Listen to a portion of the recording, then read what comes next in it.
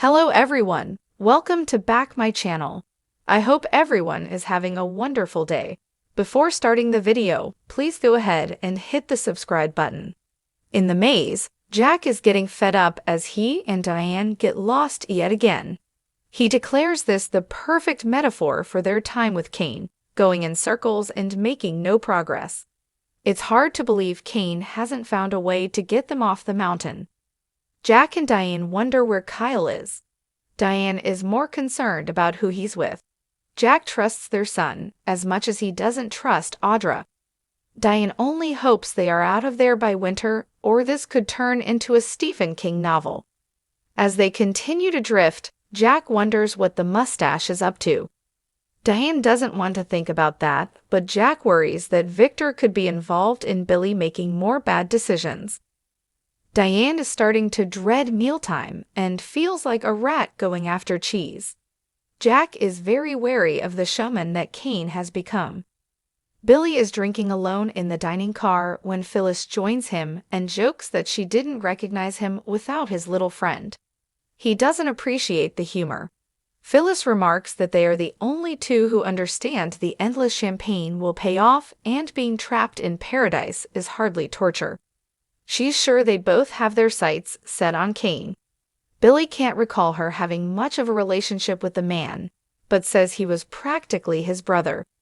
You hated him, Phyllis reminds him. Phyllis finds it odd that Billy didn't even recognize Kane's voice when he called. She needles that it must hurt that his mom loves Kane best. She's sure Billy wants Kane to make good on taking over Chancellor and bringing him on board. Billy asks what she's after. Phyllis says she's good, and he's out of the loop. She's already had several private conversations with Ashby. Billy suggests they pool their information, but she points out he has no money or power. Sharon and Nick enter. Billy tells them Phyllis has all the information, but she's stonewalling him. I hope you brought your chisel, he jokes, exiting. Nick and Sharon try to convince Phyllis to share whatever intel she has. Sharon reminds her they would do whatever it takes to help each other. Phyllis can't believe Sharon's holding what they went through over her head and accuses her of only looking out for Nick and his family. She declares that she has nothing and nothing to lose. They have never been the Three Musketeers and never will be. Sharon urges Phyllis to walk away from Kane before he hurts her. When Nick points out he has trapped them all there, Phyllis mocks this. She accuses them of wanting her to support them when they have never supported her. She doesn't need friends.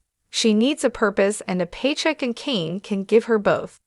Nick warns that Kane is going to go down. If she's tied to him, she'll go down too. Phyllis jogs around the maze calling for Carter. She runs into Jack and Diane, who are still lost. They don't know how they can keep getting lost.